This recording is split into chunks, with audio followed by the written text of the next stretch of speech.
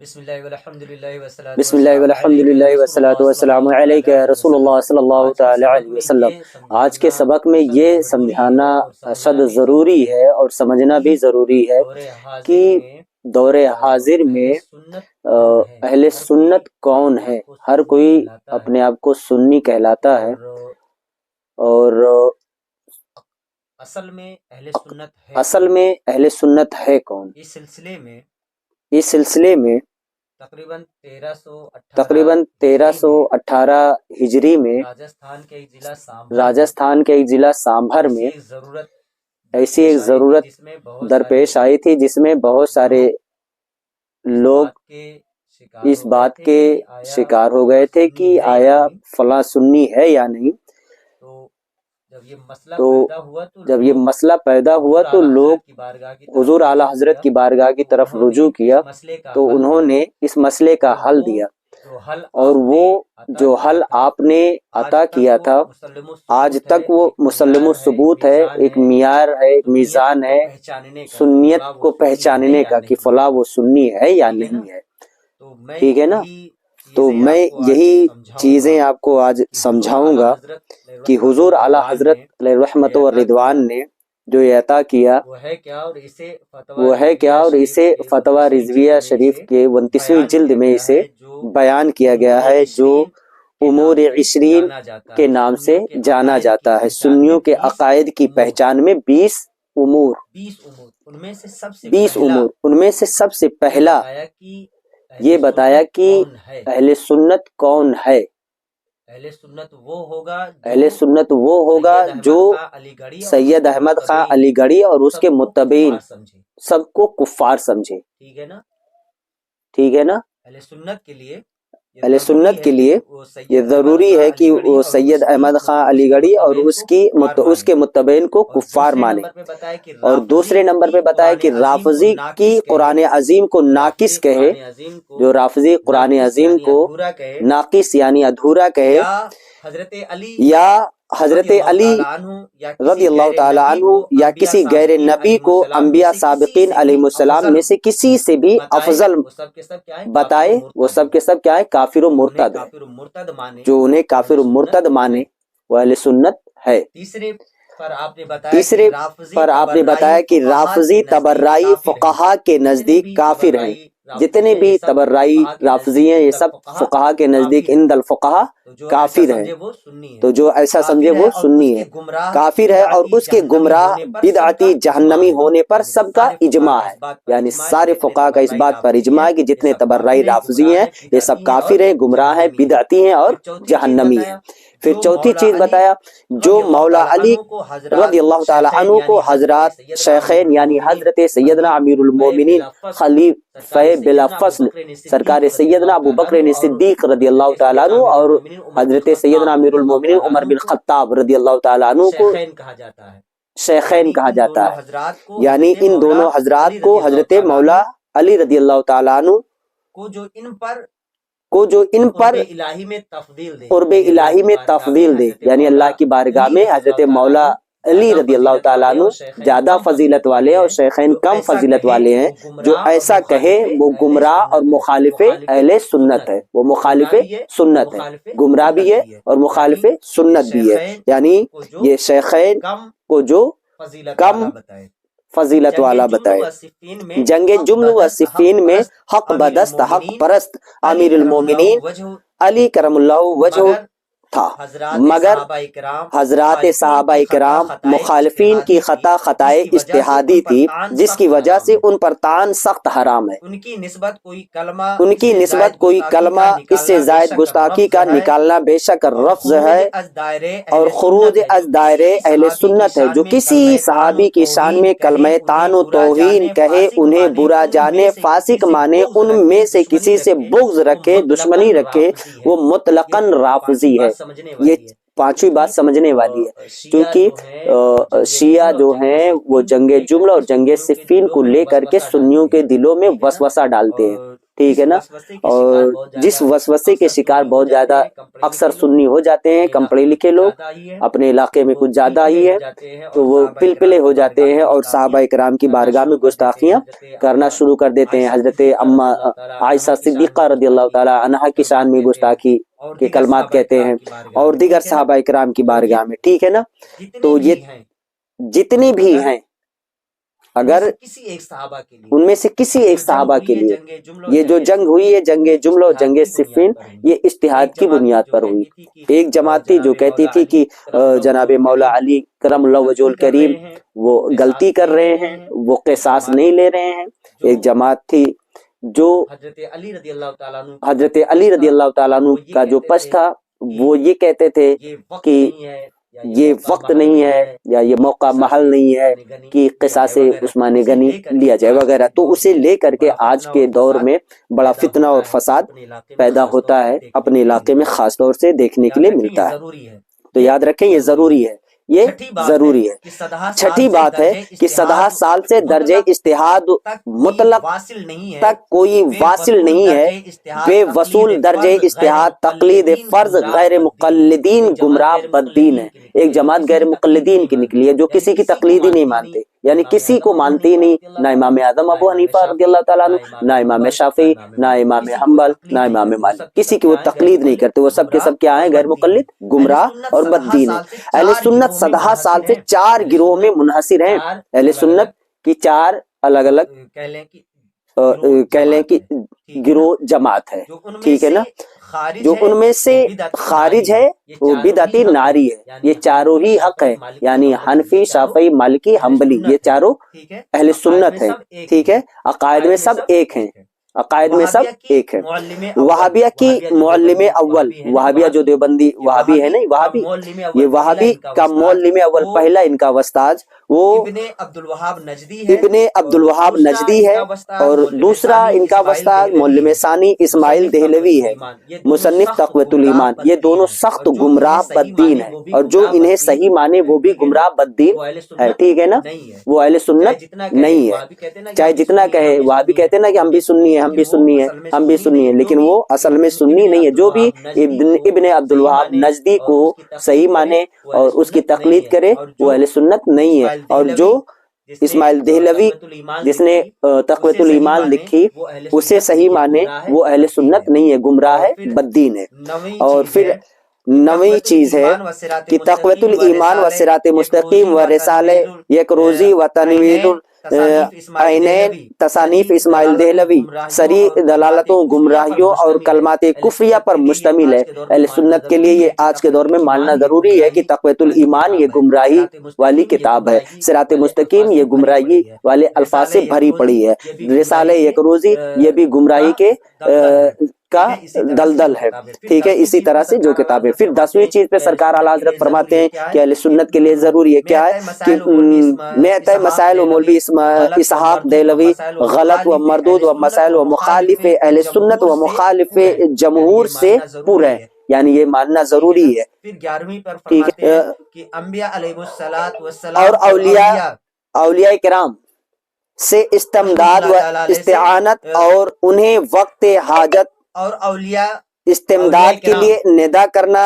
یا رسول اللہ، یا علی المدد، یا شیخ عبد القادر جیلانی کہنا، اور انہیں واسطہ فیض الہی جاننا ضروری، حق اور جائز ہے، ٹھیک ہے نا۔ وہابی دیوبندی کیا کہتے ہیں کہ انبیاء علیہ السلام کسی کی مدد نہیں کر سکتے، ٹھیک ہے نا، اور اولیاء بھی کسی کی مدد نہیں کر سکتے، ٹھیک ہے نا، اور وقت حاجت اگر انہیں مدد کے لیے بلایا جائے تو وہ مدد نہیں کر سکتے۔ تو یہ تمام چیزیں جو ہے وہ وہابیہ کہتے ہیں، لیکن اہل سنت کے لیے یہ ضروری ہے کہ وہ انبیاء علیہ السلام کو اس کے حوالے سے یہ مانے کہ انبیاء علیہ السلام مدد کرتے ہیں، اولیاء بھی مدد کرتے ہیں، وقت حاجت وہ مدد کرتے ہیں، اور ہم یا رسول اللہ، یا علی، یا شیخ عبد القادر جیلانی جب ہم کہتے ہیں تو ہماری بات کو سنتے بھی ہیں، ہے نا۔ اور انہیں واسطہ فیض الہی جاننا، یعنی اللہ تعالیٰ کا فیض پانے کے لیے واسطہ اور ذریعہ جاننا یہ حق ہے اور جائز ہے، ضروری ہے، ٹھیک ہے نا۔ پھر بعد میں فرماتے ہیں کہ عالم میں انبیاء علیہ السلام اور اولیاء کرام کا تصرف حیات دنیاوی میں اور بعد وصال بھی بعطائے الہی جاری اور قیامت تک ان کا دریائے فیض معجزن رہے گا۔ یعنی اہل سنت کے لیے یہ ضروری ہے کہ وہ اس بات پر عقیدہ رکھیں، مانیں اس بات کو کہ تمام انبیاء علیہ السلام اور اولیاء کرام کا فیض وہ جاری ہے، جیسے حیات ظاہری میں ویسے بعد وصال بھی، اور یہ سلسلہ قیامت تک جاری اور معجزن رہے گا۔ پھر 14ویں پہ فرماتے ہیں کہ اللہ عز و جل نے روز اول سے قیامت تک کے تمام ما کانا و ما یکون ایک ایک ذرے کا حال اپنے حبیب کرم صلی اللہ علیہ وسلم کو بتا دیا۔ حضور کا علم ان تمام غیبوں کو محیط ہے۔ ابھی اس سلسلے کو لے کر کے ہماری جو ہے اپنے علاقے کے ایک مولوی صاحب سے بھی بات ہوئی تھی، انہوں نے نبی پاک صلی اللہ علیہ وسلم کو جو ہے عالم ما کانا و ما یکون ماننے سے انکار کر رہے تھے، اور اپنے آپ کو اہل سنت بھی کہتے ہیں، ٹھیک ہے نا، اور اکثر سنی انہیں سنی ہی سمجھتے ہیں۔ لیکن یہاں سرکار اعلیٰ حضرت نے 1378 ہجری میں سنیت کی ایک پہچان بتا دی، اور جو پہچان بتائی ہے آج تک وہ برقرار ہے، آج تک وہ برقرار ہے۔ سرکار اعلیٰ حضرت یہ جب تحریر فرما رہے تھے نا، بعد میں اس پر آپ نے مزید تحریر لکھی اور فرمایا کہ انشاءاللہ تعالی یہ ہمیشہ کے لیے ایک ضابطہ بن گیا ہے، ایک پہچان، ایک معیار رہے گا، ایک میزان رہے گا، لوگ اس کی بنیاد پر پہچان پائیں گے کہ اہل سنت ہے یا نہیں ہے۔ تو انہوں نے کہا کہ حضور کو تمام چیزوں کا علم نہیں ہے، لیکن حضور اعلیٰ حضرت نے یہ سنیت میں سے شامل کیا کہ اہل سنت وہی ہوگا جو حضور کے حوالے سے تمام ما کانا و ما یکون ایک ایک ذرے کا حال اپنے حبیب اکرم صلی اللہ علیہ وسلم کو بتا دیا، اور حضور کا علم ان تمام غیبوں کو محیط ہے، ان تمام غیب کی باتوں کو حضور کے علم نے گھیر رکھا۔ امکان کذب الہی، جیسا کہ اسماعیل دہلوی نے رسالہ یک روزی اور اب گنگوہی نے براہین قاطعہ میں معنی سری دلالت ہے۔ اسماعیل دہلوی نے ایک رسالہ لکھا، رسالہ یک روزی، اور پھر گنگوہی، ٹھیک ہے نا، عبدالرشید گنگوہی نے براہین قاطعہ ایک کتاب لکھی، اس میں اللہ تعالیٰ کے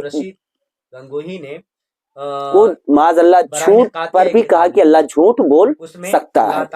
تو امکان کذب الہی، جیسا کہ اسماعیل دہلوی نے اور گنگوہی نے مانا ہے اپنی کتابوں میں، یہ صریح دلالت و گمراہی ہے، ٹھیک ہے نا۔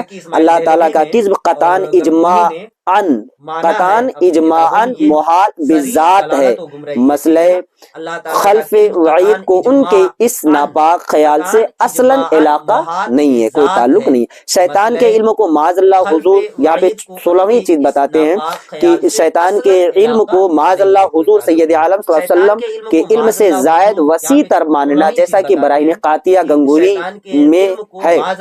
صریح دلالت و توہین حضرت رسالت علیہ افضل الصلاۃ ہے۔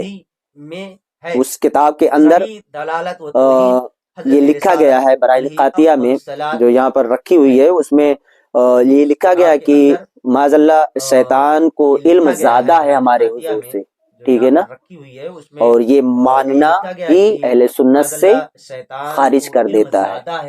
وہ اہل سنت نہیں ہوگا جو اس چیز کو مانے کہ شیطان کو علم نبی سے معاذ اللہ زیادہ ہے۔ پھر 17ویں فرماتے ہیں کہ مجلس میلاد مبارک اور اس میں قیام تعظیمی جس طرح 100 سال سے حرمین محترمین میں شائع و ضائع ہے، جائز ہے، یعنی محفل میلاد اور قیام میں سب کے سب کیا ہے، جائز ہے۔ جو اسے ناجائز بدعت کہے وہ گمراہ بددین ہے، ٹھیک ہے نا، اہل سنت نہیں ہے۔ پھر 18ویں فرماتے ہیں کہ 11ویں شریف کی نیاز اور اموات کی فاتحہ اور عرس اولیاء کی مزامیر وغیرہ منکرات سے خالی ہو، سب جائز و مندوب ہے۔ لیکن آج کل سنی کہلانے والے جو ہے، سنی کہلانے والے مزاروں پہ کیا کر رہے ہیں، وہ قوالیاں کروا رہے ہیں،